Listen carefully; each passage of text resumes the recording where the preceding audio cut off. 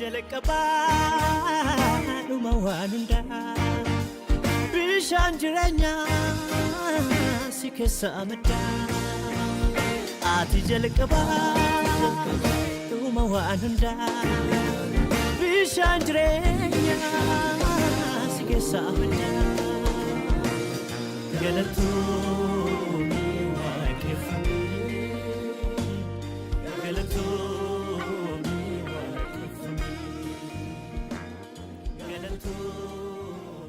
Tati kan jaalatamtanii hordoftoonni gartuu Furii TV yeroo darbee barnoota mata dureen isaa Jaamummaa Hafuuraa jedhamu waliin barachuu jalqabnee turre guyyaa irraa kanas itti fufiisaan kutaa lammaffaa walii wajjin baranna jechuudha. Yeroo darbeetti gooftaan baay'ee akka nu barsiise amantii guutuun itti qaba.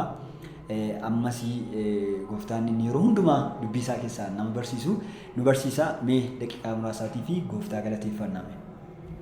Gooftaa sitti gammannaa si galateeffannaa jaalala kee guddaa isa nu jaallatteen nu fayyifattee kunoo maatii kee gootee maatii keetti nu dabalattee kanaaf sitti gammannaa galanni guddaan siif haa ta'u. Gooftaa ammas yeroo kanas jaalala kee irraa keessa keenyatti jaalala keetti hiddaaf hundi akka godhannu si hubachuu si beekuu bira akka geenyu dubbii keessa dhugaa ati nu hubachiisi. Caalmaatti isa si hubanne caalaa kallattii si hin beekneen haaraa si baruu barbaanna. Yeroo hundumaa haaraa inni ta'e dubbiin kee yeroo hundumaa haaraa inni ta'e fuulli kee nuuf ha'ifu keessa keenyatti dhugaa dubbii kee ati nuuf ibsi. Jaalala keetti ija akka naqannu hiddaaf hundi akka godhannuuf ati nu gargaari. Maqaa Yesuusiin Ameen. Ishi barnoota keenya kutaa darbe keessatti jaamummaa hafuuraaf wantoota nu saaxilan jennee kan kaafne tuqaan jalqaba beekumsa dhabu kan jedhu waliin ilaalaa turre achi keessatti poointii baay'ee kaasnee haasofneerraa poointii baay'ee ilaalleerraa dhumarratti poointii nuti kaasnee madda beekumsa wal ilaaluudha. Madda beekumsaa jechuun immoo caaffata qulqullaa hubachuu dhabuudha. Caaffata qulqullaa immoo akkamittiin hubanna jennee dubbii Kiristoosiin hubannaa. Dubbii Kiristoos gaafa jennu immoo hojii Kiristoos namummaa isaatiin nuuf hojjete hojii Kiristoos namummaa isaatiin raawwate understand gochuu kanaachi hubachuu jennee ilaalleerraa. Isa kanaaf immoo hafuurri qulqulluun barsiisaa akka ta'e waliin ilaallee turre. Keessumaa Yohaannis isa duraa boqonnaa 3 lakkoofsa 11 kaasnee dubbistanii hafuurri qulqulluun isin barsiisaa kana booda namni tokko nama isa tokkoon barsiisuu hin danda'u kanaachi hubachiisuudhaa fi hafuura dibata isin argattantu isin hubachiisaa jedhee dubbataa jechuudha. Kanaaf inni jalqabaa hojii Kiristoosiin nuuf hojjetame hubachuun Kiristoosiif akka jiraannu nu godhaa jechuudha. Yohaannis boqonnaa 6 qabnee poointii nuti ilaalaa tureera. Kiristoos akkuma dubbate ani sababii abbaatiif akkuma jiraadhu namni foon koo fi dhiiga koo soorate kamiyyuu sababii kootiif hin jiraata jedhu walii wajjin ilaallee turre.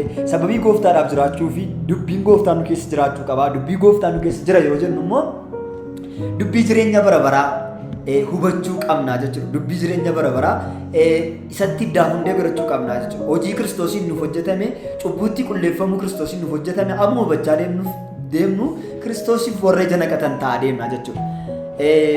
Kanaaf poointii isa lammaffaatiin wal beellamnee gargar baane poointichi namni tokko jaamummaa hafuuraatiif akka saaxilamu kan isa godhu keessaa inni lammaffaa maalidha jennee kan ilaalle ilaalcha ammaa yoo kanaachi alutaawii iyyitaa isa jedhamu jechuudha. Ilaalcha haala keessa jiraniin haalota ilaaluu jechuudha. Ilaalcha naannoo keessa jiranii fi haala keessa jiraniin wantoota ilaaluu jechuudha. Kiristaanni tokko naannoo keessa jiruu fi haala keessa jiru wantoota ilaaluu gaafa jalqabu maal ta'a jaamummaa hafuuraatiif saaxilamaa deema jechuudha. Kuni kiristaanota hedduu aaroo arrabsituuwwan hinaaftota warreen ijaa baachuu fiigan komiidhaan namoota guutaman gaddammatanii kan jiraatan namoota keessa isaanii adoodee fi fedha yookiin simmeetii isaaniif garba warra ta'anii jiraatan jechuudha. Maalidhaa? Arrabsituuwwan ta'u, hinaaftota ta'u, warreen ijaa baachuu fiigan ta'u, komiidhaan namoota guutaman ta'u, gaddammatanii kan jiraatan ta'u, namoota keessa isaanii adoodee fi fedha yookiin simmeetii isaanii faana yookaan simmeetii isaanii garba ta'anii kan jiraatan. Fedha faana bololi'uu jechuudha. Fedha faana bu'uu jechuudha. Fedhuma isaanii waanuma amma keessa jiraniin haalota murteessu sanumaanitu oofamu jechuudha. Namoonni akkasii sababa kanaan namoota gosa lamaa ta'anii mul'atu. Namoonni akkamii namoota ilaalcha amma alutaawii ijaa kanaan qabamanii jiraatan kiristaanota ta'anii namoonni akkasii namoota gosa lamaatti qoodnee ilaalla jechuudha. Namoota gosa lamaatti qoodnee ilaalla jechuudha. Inni jalqabaa relativism namoota naannoo isaanii namoota wajjin oolan fakkaatu jechuudha. hiriyaama wajjin oolan fakkaatu jechuudha. Obbolaama wajjin oolan fakkaatu jechuudha. Kiristaana taane amma dubbii taasaa jiru dubbii kiristaanotaatti kan taasaa jiru. Kiristaanni haalata ilaalchisaa haalota irra dabarree ilaalchisaa wanta keessa jiru naannoo keessa jiru irra dabarree maal ta'a relatiivizii jechuudha. Waanuma obboleessi fakkaata. Kiristaanummaanii mammaaksa tokko jira.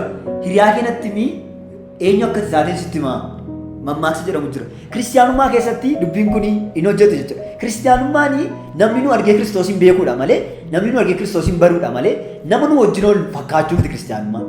Nama nu biroo ol fakkaachuu miti kiristaanummaan. Relatiivizim jireenya namoota fakkaatu. Haala yoo namni gammade gammadu yoo namni gadde gaddu kana jechuun namaa fi miira gaarii qabaachuu dhaboo osoo hin taane kondiishinii namoonni keessa jiraniin murteeffamuu jechuudha. Kiristaanni macaafni qulqulluu waa'ee isaatiin maal jedhe isa laalu jedheetu maal jedhe waa'ee kootiif isa jedhu ilaaleetu deddeebi'a malee hiriyaan yoo kanaachi haalli maal jedhe isa jedhuun hin deddeebi'u jechuudha. Namoonni akkasii rakkoo isaan quunnamee fi furmaataaf yeroo baay'ee gara kamitti fiigu gara ollaatti fiigu jechuudha. Gara dubbii Waaqayyoo gara Kiristoositti fiduurra gara hiriyaa isaaniitti fidu jechuudha. Rileetiiviidha jechuudha. Namootuma isaan bira jiran fakkaatu jechuudha. Kanuma isaanitti dhiyoo jiru fakkaatu jechuudha. Eenyummaa isaanii namoonni murteessanii namootuma naannoo isaanii jiran jechuudha. Kuni maalirraa dhufa jechuudha? Ilaalcha keenya, ilaalcha haalotaa gaafa ilaalu jalqabna jechuudha. Haala waan tokko gaafa piriistaan gochuu, murteessuu gaafa jalqabna jechuudha. Kun akkas ta'a jenne waan naannoo keenya irra jiru duubaa ilaallee bor akkas ta'a. Duumessa ilaalanii bokkaan rooba jechuudha. Duumessa ilaalanii bokkaatu rooba jechuudha. Namoonni akkasii namoota alutaawii iyyitaa ilaalcha ammaatiin qaban jiraatu jechuudha. Kiristaanuma ta'anii. Kanaaf maal ta'u yoo haalli naannoo isaanii rakkisaa ta'e namootuma rakkisoo ta'u jechuudha. Jinaawaa ta'u jechuudha. Wanti isaan rakkisu gaafa dhufu namoota jireenya rakkinaa jiraatan ta'u jechuudha. Namoota wajjin walii galuu dadhabu jechuudha. Aaroo ta'u jechuudha. Namni tokko yoo dhufee isaaniin ilaalcha negatiivii ta'e isaaniif qabaate isaanis sanuma rispoonsi godhu jechuudha. Waanuma isaanitti dhiyoo jiru deebisu jechuudha. Kanaaf tarkaanfii fudhachuutti ofii isaaniitii waan tokko raawwatachuutti ariifatu jechuudha. Inni lammaffaan namoonni akkasii maal ta'u namoonni ilaalcha ammaa qabanii ilaalcha pluralizim baay'inaan murteeffamu waan gabaan jette dubbachuu jechuudha. Tifoozoo namootaa ta'u jechuudha. Bakka amma istaadiyeemii keessatti kan meedaa gadee taphatu gara biraadha. Tifoozoon garuu baay'eedha kumaatama. Jireenya akkasii jiraatu jechuudha.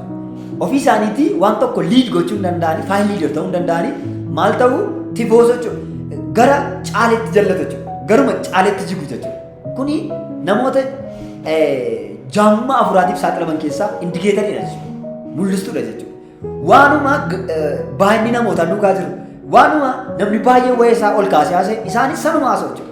Haasaan isaanii haasaa namoota warra kaan irraa difireensii qabu jechuudha. Rakkoon siyaasaa yoo jiraate wayii rakkoo siyaasaa haasa'u. Yoo qaaleensi gabaa dhufe wayii qaaleensi gabaa haasa'u. Yoo akkuma kana wanti gammachiisaan tokko wanta gammachiisaa jijjiiramoo ta'u jechuudha. Kiristaanummaan garuu eenyummaa hin jijjiiramne, eenyummaa kufee kamuu hin dandeenye, eenyummaa yeroo hundumaa Kiristoosin fakkaatu qabaachuudha jechuudha. Haala naannoo keenyaan murteeffamuu miti jechuudha. Namoota fudhatama qaban dhaabbata naannoo keenyaa fudhatama qabu duukaa warra bololi'an miti jechuudha. Kiristoosin warra fakkaata jechuudha. Namoonni ilaalcha ammaa keessa jiran wantoota kana lamaan beekamu jechuudha. Maaliini tokko namoota isaanitti dhiyoo jiran fakkaatu, namoota isaanitti dhiyoo jirantu isaaniin murteessa. Inni lammaffaa immoo baay'inaan wantoota baay'eedhaan waan tifoozoo baay'ee qabu duukaatu luucca'u yookiin oofamu jechuudha. Egaa kun immoo maaliif ta'a? Namni maaliifitu jireenya relatiivizimiidhaa fi pluralizimii kana duukaa luuccaa jennee yoo gaafanne pointoota murteessoo ta'an tokko kun maaliif akka ta'e pointoota lamaan tokkoon isiniif kaasuu barbaada. Inni jalqabaa namoonni haala naannoo isaaniitiin murtaa'an haala naannoo isaaniitiin hundeeffamanii pointii inni jalqabaa ulfina Kiristoosiin itti darbanii argachuuf jiran hin beekan yookaan achi wallaaluudha jechuudha. Ulfina Kiristoosiin itti darbanii argachuuf jiran wallaaluu yookaan achi beekumsa isaa dhabuudha jechuudha. Efesoon boqonnaa tokko lakkoofsa 18 irraa Phaawulos gaafa dubbatu akkana jedha. Phaawulos warra Efesooniif gaafa kadhatu akkana jedhee kadhata. Waamichi isaa abdii maalii akka of keessaa qabu ulfinni warri Waaqayyo qulqullaan itti darbanii argachuuf jiranis badhaadhummaan isaas maal akka ta'e beekuudhaaf ija qalbii keessanii akka isiniif ibsuuf kadhata kooti. Haleluuyaa. Warri Waaqayyoof qulqullaa'anii itti darbanii ulfinni isaan itti darbanii argachuuf jiran badhaadhummaan isaa maal akka ta'e akkasiin hubattanii fi Waaqayyo ija qalbii keessanii akkasiin banuuf kadhata goote. Namoonni wanta kiristaanonni ulfina kiristaanonni yookaan qulqulloonni itti darbanii argachuuf jiran sana hin hubanne hin beekne ilaalchi isaanii waanuma naannoo isaanii jiru murtaa'u jechuudha. Ibroota boqonnaa 12 lakkoofsa 2 irrattis barreessaan Ibrootaa gaafa dubbatu akkana jedhee dubbata. Isa amantii keenya jalqabee fiixaan baasu sanarraa ija keenya buqqifannu jedhee ergi dubbatee booda akkasidha. 12 lakkoofsa 2 irraa akkasidha. Yesuus isa amantii keenya jalqabee fiixaan baasu sanatti ija buqqifannu inni gammachuu fuula isaa dura jiru sanaaf jedhee fannoo irratti du'uu isaatiif yeelloo isarra ga'e homaattuu utuu hin lakkaa'in obsaan fannoo irratti du'uu hin danda'e ergasiis gara mirga teessoo Waaqayyoo taa'eedha. Haleluuyaa! Ulfina gammachuu isa fuuldura jiru ilaaluudhaan jedha. Rakkina sana gammachuu fuula isaa dura jiru sanaaf jedhee fannoo irratti du'uu isaatiif yeelloo isarra ga'e homaattuu utuu hin lakkaa'in jedha. Haleluuyaa! Kanaaf wanta keessa jiru ilaalla osoo hin taane kiristaanni wanta keessa jiru ilaalla osoo hin taane wanta keessa jiru murtaa osoo hin taane ulfina gammachuu isa itti darbee argachuuf jiru sana ilaalla jechuudha. Haleluuyaa! Namoonni isa kana arguu hin dandeenye garuu maal ta'u haala waanuma naannoo isaanii jiru murtaa'aniitu jaamummaa hafuuraatiif saaxilamu jechuudha. Qolaasaas boqonnaa 1 lakkoofsa 27 irrattis ulfina isin argachuuf jirtaniif Kiristoos abdii keessanii Kiristoos inni isin keessa jiru abdii keessanii jechuudha. Ibroota boqonnaa 10 lakkoofsa 2 kanarraa sooka ilaaltanii ija keessan eenyurraa buqqisinaa jedha Kiristoos irraa buqqisinaa jechuudha. Kiristoosin gaafa ilaallu ulfina itti darbinee argachuuf jiru sana ilaalla jechuudha. Rakkoon kiristaanota baay'ee ol ilaaluu dadhabuudha jechuudha. Ol ilaaluu dadhabuudha. Obbukkee ilaaluudha jechuudha. Horizontaalii ilaaluu gaafa jalqabnu ulfina itti darbinee argachuuf jiru sana wallaala jechuudha. Inni kun immoo namoota aaran arrabsituuwwan namoota jilaan namoota rakkina isaanii hammatanii jiraatan gadda hammatanii jiraatan namoota biraa wajjin illee walii galuu hin dandeenye taana jechuudha. Ilaalchi kiristaanaa ol ilaaluudha malee asii gadi ilaaluu miti yookaan achi horizontaalii ilaaluu miti. Kiristaanni iddoon itti asii gadi ilaalu hin jira garuu horizontaalii ilaaluu miti kan keenya. Wanto haala naannoo keenya jiruun kondiishinii naannoo keenya jiruun warra murtaa'an jechuudha. Mammaaksa tokko jira namni abbayyaan argee cooree hin sagadu jedha. Mammaaksa akkana jira namni abbayyaan argee cooree fi hin sagadu. Kana jechuun namni wanta guddaa arge tokko wanta xinnoodhaan qabamee nafu jechuudha. Wanta xinnoo tokko hin akkaabbatu jechuudha. Ulfina Kiristoosiin nuuf kenname gaafa arginu haleluuyaa. Ulfina Kiristoosiin nuuf kenname gaafa ilaaluu jalqabnu wantoota lafarraa kan akka waa hin baafnetti lakkaa'uu jalqabna jechuudha. Kanaaf Phaawulos maal dubbata? Ulfina isa nuuf kaamee jiru yeroon ilaalu jedhu rakkina koosarraa akka waa hin baafnetti lakkaa'a jedha. Kan nuti jireenya gammachuu jiraachuu dandeenyu. Riini wantoonni qabatamaa naannoo keenya jiranii wantoonni rakkisoon jiraachuu danda'u. Haalli rakkisaan hedduu jiraachuu danda'u. Kana keessaa kan ba'uu dandeenyu maaliin ulfina nuuf kaa'ame arguu danda'u. Ulfina Kiristoosiin nuuf kaa'ame arguu danda'u. Mirga Waaqayyo Abbaatti iddoo qabaannee arguu danda'u jechuudha. Efesoon boqonnaa 2 lakkoofsa 6 isuma wajjin du'aa isin kaasee isuma wajjin bantii Waaqaa keessaa iddoo isiniif kennee isin teessee jechuudha. Sifraa yookaan achi bakka Kiristoosin arganne sana gaafa arguu dandeenyu haala keenya sarraa kana daggachaa dhufna jechuudha. Kanaaf namoonni ilaalcha haalaatiin kan isaan murtaa'an maaliif ilaalcha jalqabaa ulfina Kiristoosiin itti darbanii argachuuf jiran wallaaluudha jechuudha. Inni lammaffaan Kiristoos keessatti of ilaaluu dadhabu akkuma pointii sammaa keessatti ilaalle Kiristoos keessatti of ilaaluu dadhabu saayitii piroobileemii kanaa qabaachuu jechuudha. Hammam akka jaallataman hubachuu dadhabuudha jechuudha. Hammam akka jaallatamne barreennaan hammam iddoo Kiristoosiin nuuf kenname gaafa hubannu wantoota warra kaaniif ilaalcha dhabaa deemna jechuudha. Haleluuyaa. Ol ilaaluu danda'uu qabna jechuudha. Kiristaanni ol ilaalaa jiraata malee goonni isaa horizontaalii ilaalaa jiraata. Haala keessa jiru ilaalaa jiraata jechuudha.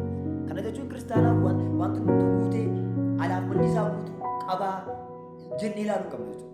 Yoo guutuu baates nuti kan ilaallee deemnu Kiristoos jechuudha. Ibroota boqonnaa 10 lakkoofsa 22 kaastanii yoo dubbistanii ulfina Kiristoosiin arganne yookaan achi sifraa bakka Kiristoosiin arganne ergii dubbatee booda isa kanaaf kottaa rommaan sodaadhaan Waaqayyoof hin jiraannaa. Isiniin dubbise Ibroota boqonnaa 10 lakkoofsa 22 irraa kaasee haa ta'u iyyuu malee tulluu Xiyoon mandara Waaqayyoos jiraata.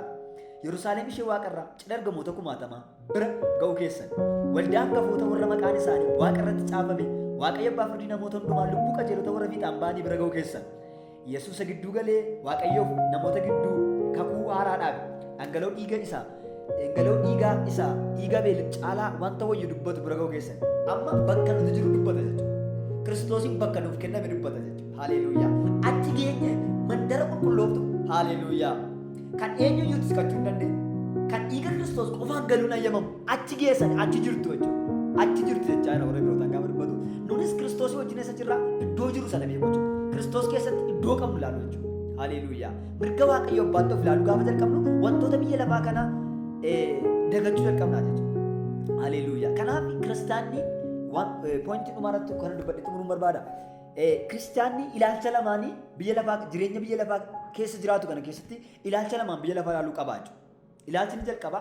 Kiristaanni asii gadi biyya lafaa ilaala. Asii gadi gaafa biyya lafaa ilaalu ilaalcha lamaan ilaala. Innis jaalalaa fi tuffiidhaan ilaala. Jaalala gaafa jennu namoota wajjin jiraannu kana hundumaa fi ilaalcha akkuma Waaqayyo abbaan karaa Kiristoosiin biyya lafaa jaallate nutis karaa Kiristoos namoota jaallachuu danda'u qabna jechuudha. Nuti isan jaallanne isan nu jaallate jechuudha. Nuti isan barbaanne isan nu barbaade jechuudha. Nama tokkotti gaafa siqannu kiristaanni nama tokko bira gaafa dhaqu isarraa faayidaa yoo kanaachi waan itti tolu tokko argachuu osoo hin taane akkuma sababa tokko malee namoota hundumaa Waaqayyo jaalala agarsiisee nutis namoota hundumaaf karaa Kiristoosiin jaalala agarsiisuu jechuudha. Yeroo kana gochaa deemnu wantoota nurra gahan hundumaatii fi deebii laachuu dhiisna jechuudha.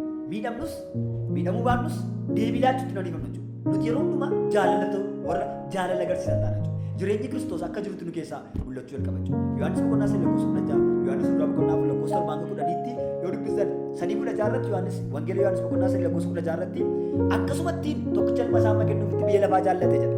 Yohaannis isa duraa boqonnaa 4:7 kaasanii dubbistan immoo nutumtiyyuu namoota jaallachuu keenyaan obboloota jaallachuu keenyaan ijoollee Waaqayyo akka taane nagarraa. Haleluuyaa. Kanaaf ilaalcha jaalalaatiin biyya lafaa ilaaluu danda'u qabna jechuudha. Namoota hundumaa ilaalcha jaalalaatiin ilaaluu danda'u qabna jechuudha. Kanaaf wantoota namaan nurra ga'an keessatti jinaa hin taanu jechuudha. Aaroo hin taanu, arrabsootuu ta'uu hin dandeenye, warra komatan ta'uu hin dandeenye, warra jaabaa ba'achuuf deeman ta'uu hin dandeenye jechuudha. Inni biraan ilaalcha tuffiitiin biyya lafaa ilaaluu danda'u qabna jechuudha. Ilaalcha tuffii jechuun namni mandara kosiin itti gatamu keessa jiraatu nama mandara kosiin itti gatamee jiru keessa deddeebi'u tokko wanti jiru hundumtuu akka inni kosii ta'e beeka. Kanaaf waan kosii keessaa waan kan koodha jedhe waan itti cichuu qabu. Waan kun kan koo duwwaadha jedhee ana duwwaa baasa jedhee itti cichuu qabu. Maaliif hundi isaa kosii akka ta'e beeka wanta ta'e. Kiristaanni biyya lafaa kana keessatti wanti gaariin biyya lafaa kun hundumtuu kosii keessa akka inni jiru beekuu qabu. Ilaalcha akka inni kosii ta'e hubachuu qaba jechuudha. Yohaannis irraa boqonnaa 2:5 dubbistanii ergaa Yohaannis irraa boqonnaa 2:15-16 yoo dubbistan akkana jedha. Biyya lafaa yookiis waan biyya lafaa jaallachuutti hin hidhaminaa. Namni tokko biyya lafaa jaallachuutti yoo hidhame Waaqayyo abbaa jaallachuu isa keessa hin jiru. Wanti biyya lafaa keessa jiru hundinuu hawwiin foonii, hawwiin ijaas, jireenyaan kooruunis biyya lafaa keessaa ba'a malee abbaa biraan bu'u. Amma biyya lafaa tuffachuu hin dandeenyu taanaan karaa ittiin cubbuun biyya lafaa galee sadanii qabamuu dandeenya jechuudha. Kutaan kuni lakkoofsa 16 jiru kuni karaa ittiin cubbuun biyya lafaa galee wantoota seera uumamaa boqonnaa 2 irraa itti dubbistanii karaa ittiin addaan goyoonfamte jechuudha.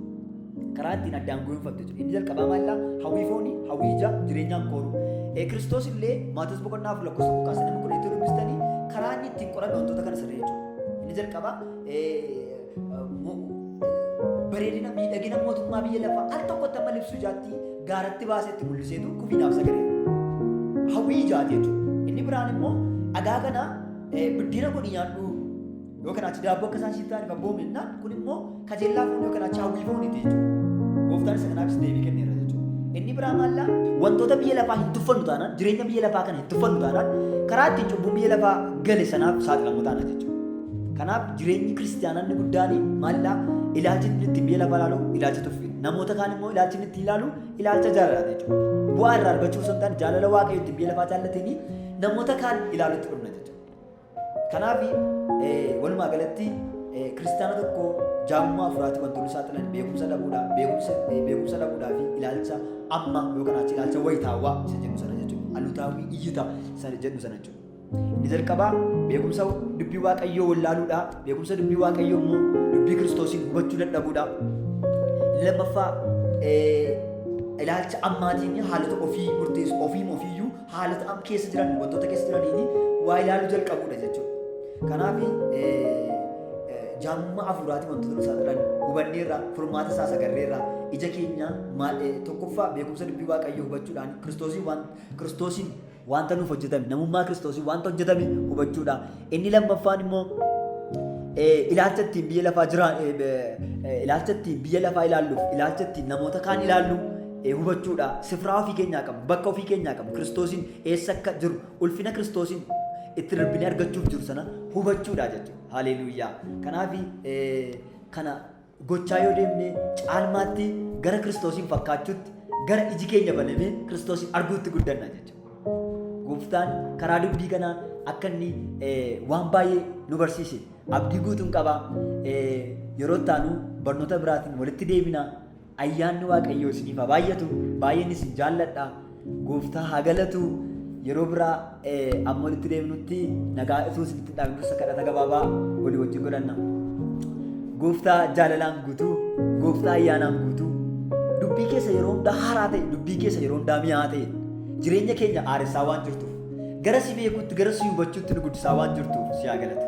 Namoonni yuutuubii kana nu hordofaa jiran yeroo kanaa kaasan jaamummaa hafuuraatti wala baboo akka isaan danda'an, kiristoosiin arguu akka isaan danda'an, haalotaan haala ilaalu wantoota keessa jiraniin of ilaaluu dhiisanii kiristoosiin haalota hundumaa ilaaluu akka danda'an, biyya lafaa asii gadi ilaaluu akka jalqaban, namoota hundumaa jaalala Waaqayyo Abbaan ittiin biyya lafaa jaallateen ilaaluu akka isaan danda'an, wantoota biyya lafaa gaarii biyya lafaa ittiin boontu naaf sagadi jettee kan isheen namootatti agarsiistu hundumaa tuffachuu akka danda'an, ija Kiristoos ittiin biyya lafaa ilaaluu akka isaan danda'an maqaa Gooftaa Yesuus yeroo kana nan kadhadha iji isaanii abanamu.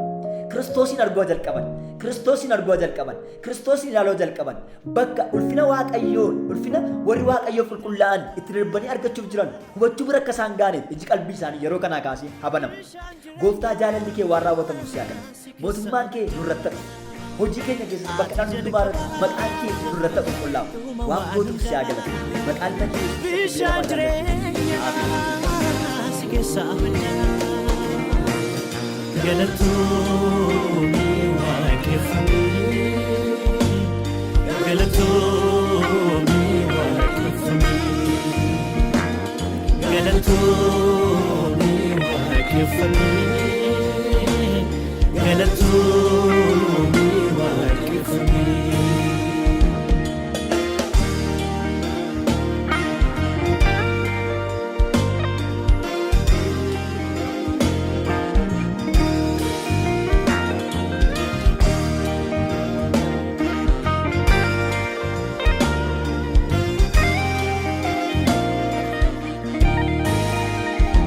Waaqaaf lafaa duraa turte hawaan utuu bocamee